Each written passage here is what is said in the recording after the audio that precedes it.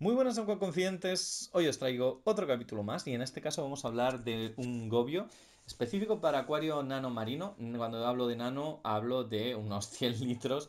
Es un gobio muy chiquitito, es un gobio fascinante no solo por su comportamiento sino porque el tamaño es súper pequeño. Es el Acanthus punticulatus o también se conoce como Gobiosoma punticulatus, antiguamente nombrado, de la familia de los góvidos, de la familia Gobidae. Ya sabéis que a nivel de los gobios existen más o menos una clasificación a nivel de los gobios comedores de arena, por ejemplo, que estarían las familias de los valencianeas, los ambligobius, los coumanesetas. Todo esto serían gobios que van filtrando la arena. Luego estarían los típicos gobios camarón. Normalmente lo encontramos en la familia de los Cryptocentrus, los Stonoscobiops y los Amblielotris. Y encontramos luego los gobios payaso, que la familia normalmente es el gobiodon istrio, por ejemplo, que son fascinantes. En este caso son los gobios de neón, que sería la cuarta familia, la familia de los Elacanthus. Los gobios neón se caracterizan por hacer la función de limpiadores, es decir, hacen mucho la función del lábrido limpiador, como puede ser el Dimidiatus. De hecho, a nivel de coloración se asemejan muchísimo con los lábridos Dimidiatus. En este caso no tanto, bueno, aunque mantiene el color blanco y negro, pero la raya esa del lábrido limpiador, del Dimidiatus, que es ese tono blanco azulado con la raya intensa negra que indica a los peces que son peces limpiadores, también se, por ejemplo, en el Acanthus Eveliniae, encontramos ese mismo patrón de color. Estos gobios son gobios limpiadores, gobios desparasitadores. Se conocen como gobio de cabeza roja o gobios neón, que serían todos estos gobios súper chiquititos desparasitadores. El descubridor fue Ginsburg en 1938, es un pez con un amplio recorrido a nivel de descubrimiento y de investigación sobre ellos. De hecho, es fácil, luego hablaremos en reproducción, reproducirlos en acuarios, son bastante sencillos. La distribución geográfica lo encontramos desde el Golfo de California, es decir, desde California a la Baja California, y luego descendemos por la costa pacífica hasta la zona del Caribe, donde encontramos varios puntos de Centroamérica en el cual lo encontramos, e incluso lo podemos encontrar en algunos puntos hasta en Ecuador, o sea, es un pez que tiene una amplia distribución. Los hábitats normalmente lo encontramos en una profundidad media de 2 a 6 metros, aunque se encuentran incluso a 20-30 metros de profundidad, pero lo normal es que se encuentren a baja profundidad, donde hay más grueso de peces y donde puede encontrar huéspedes donde poder desparasitarlos, ¿no? Lo encontramos en lagunas bajas o también un hábitat de arrecifes rocosos de poca profundidad y lo encontramos incluso también, no por simbiosis, pero sí que es cierto que a nivel de estructura y también los suelen desparasitar y suelen haber un pelín de simbiosis muy cerca de los erizos del género Euquidaris, concretamente los Euquidaris tiarsi. La densidad para mantenerlo, normalmente entre 1.022 a 1.024 a nivel de salinidad, aunque son animales muy resistentes, son animales que pueden soportar bien errores de fluctuaciones bruscas de salinidad o de parámetros, por lo tanto nunca hay que llegar a esos extremos. Pero sí que es cierto que es un pez bastante resistente. La temperatura entre 24 a 28 grados. Y el tamaño máximo que podemos encontrar los ejemplares es hasta 4,4 centímetros. Algunos ejemplares machos grandes los encontramos a 5 centímetros, pero lo vamos a encontrar la gran mayoría de estos fascinantes gobios en una media de entre 3 a 4,4 centímetros. Es un gobio súper pequeño, es un gobio ideal para acuario, nano acuario, pero también se adapta muy bien a acuarios grandes, es decir, es un animal que, como estáis viendo en el vídeo, nada bastante, es un animal muy activo y por tanto, como la mayoría de lábridos limpiadores y la mayoría de gobios limpiadores y la mayoría de animales que cumplen la función desparasitadora, son animales muy ajetreados que están constantemente buscando huéspedes para desparasitarlos y por tanto luce bastante dentro de acuarios. Se puede mantener en tanques pequeños, yo aconsejo siempre cuando hablamos de nanoacuario unos 100 litros y siempre va a lucir más su comportamiento en acuarios con más cantidad de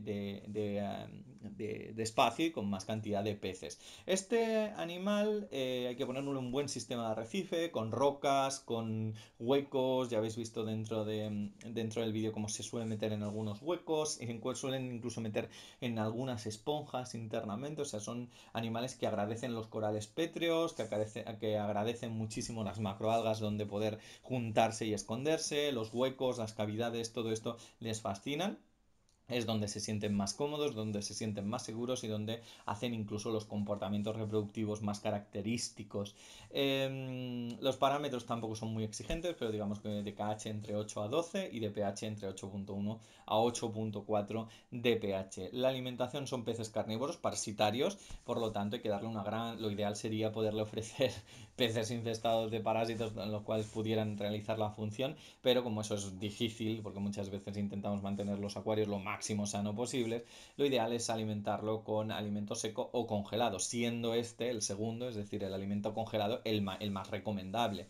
Artemia, copépodos, ciclops lo aceptan perfectamente, son animales muy pequeños, por lo tanto estos animales, la artemia tiene que ser pequeña, los copépodos tienen que ser pequeños porque la boca es bastante pequeña. Los rotíferos, por ejemplo, les encantan, entonces animales vivos o congelados de pequeño tamaño se lo comen perfectamente. Si no, también se comen sin ningún problema el tema del alimento seco. Sí que es cierto que es más cómodo para ellos el alimento seco en escama, aunque si encontráis un pellet pequeño que no se suele ensuciar demasiado, podéis también ofrecérselo. El temperamento es un pez tranquilo, al principio lo podemos encontrar bastante tímido, pero tal y como lo estáis viendo, una vez que toma confianza dentro del acuario, se suele ver por todo el acuario, se suele ver encima de los peces, se suele ver con comportamientos increíbles entre peces, entre los mismos.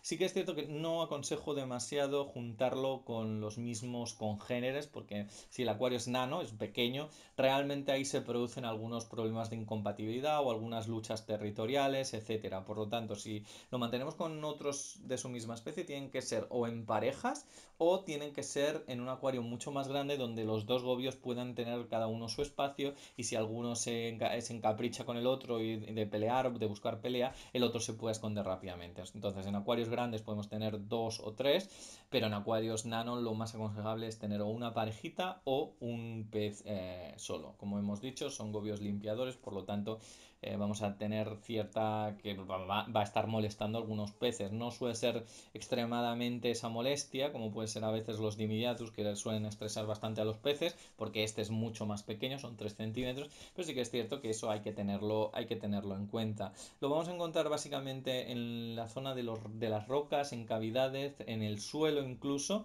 pero sobre todo en los fondos y sobre las rocas.